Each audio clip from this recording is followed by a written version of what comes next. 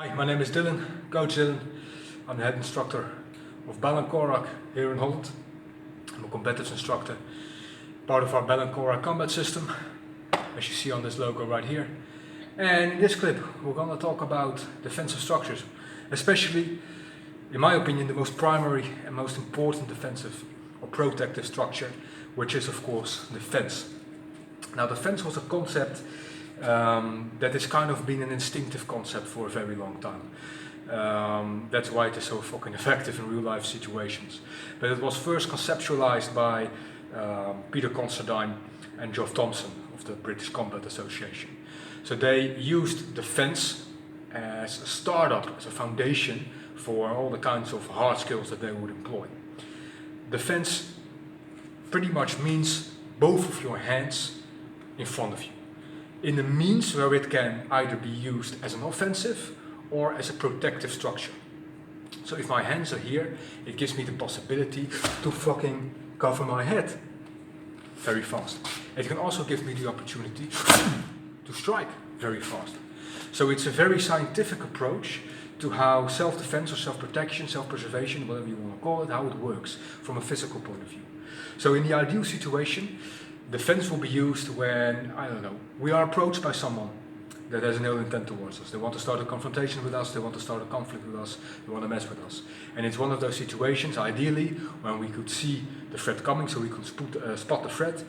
We could see, okay, this person is a little bit risky, he's a little bit provocative, and he wants to start some shit.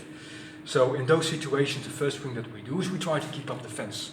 I step backwards because I want to create distance between him and me. I don't want to get him in my personal space. I don't like that. So I keep my hands up, and from that point of view, or from that moment, I can try to talk him down, de-escalate. Hey man, I'm sorry, I didn't see you. Just, yeah, okay, I understand you. Just calm down. I don't mean no ill intent towards you, etc., etc. You can do play your game. We have a lot more skills and tactics and methodologies to deal with that arena. So right now, defense is the most important thing. So our hands are up. That means up in the way, like I said, in which I can defend or I can strike and use my offensive strategies. Now, the beauty about defense is that it's a non-intrusive motion. By that I mean it's non-aggressive, it's non-provocative.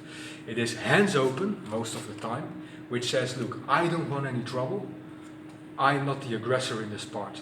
Leave me alone. And apart from that, I will use my feet to create distance and to move away from the threat. For eyewitnesses around me, this can mean, okay, hey, this guy doesn't want to fight, he's approached by some guy that's provocative, that tries to curse on him, tries to beat on him maybe, and he just wants nothing of it, he tries to get away. And if I have to go transition to a physical response from that foundation, then the eyewitnesses will say, okay, it was self-defense. Yeah. So in the eye of the law, it's more, let's say, compatible, if you like. But from a tactical and strategical point of view, I think it's very useful as well. The hands are up, yeah, which is different than, let's say, this. This says, I'm going to fucking smite you. I'm ready to fight. Come on then, you know. That's what the closed fists say, the closed fist approach say. Which, you know, will trigger the guy, it will discourage him. I leave that up to you. That's a topic for another day. There's a lot to be said about that topic as well. Anyway, this gives me the element of surprise. My hands are up, which gives a passive, non-aggressive sort of message to the guy that's threatening me.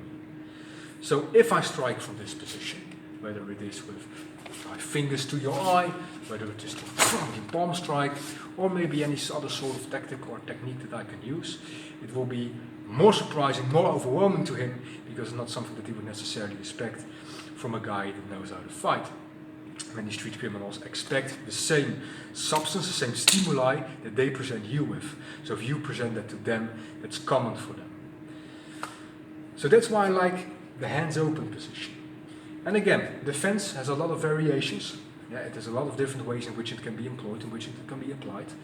But basically, you would do this. To cover up when necessary, or to strike or attack.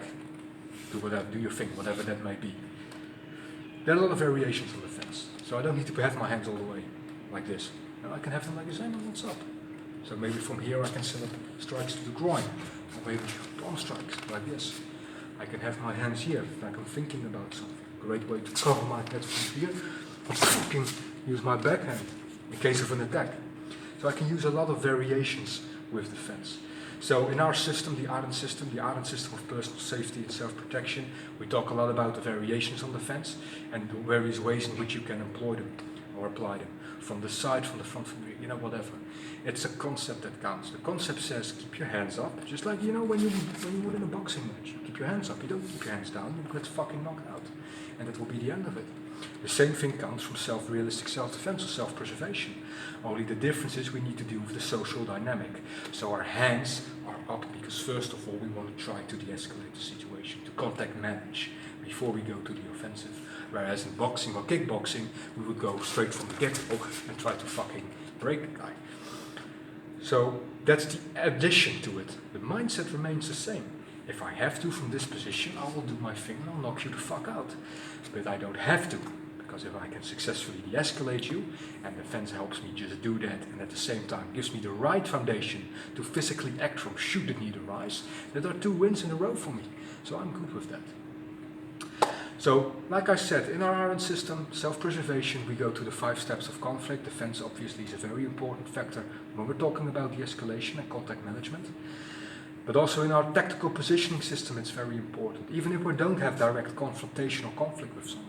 When somebody passes us by on the street, we can already put our hands up if somebody is you know, provocative in some kind of way. Not necessarily towards us, but just his overall demeanor, you know, you sense something. If you have a certain experience dealing with violence and dealing with highly dangerous people, you get a sense for them. You get it takes one to know one, so to speak. So you start to sniff those things out. And maybe something you can do is, you know, when you're passing by, just scratch your face a little bit. You know, just to keep your hands up, because from here it's very easy for me to cover. It's very easy to make to strike. You know, so I can immediately act should the need arise. And no matter how fucking fast the other guy is, my hands are already in a combat-ready position. Yeah, so that's a commonality that you need to adapt through every layer of your protective or defensive structures.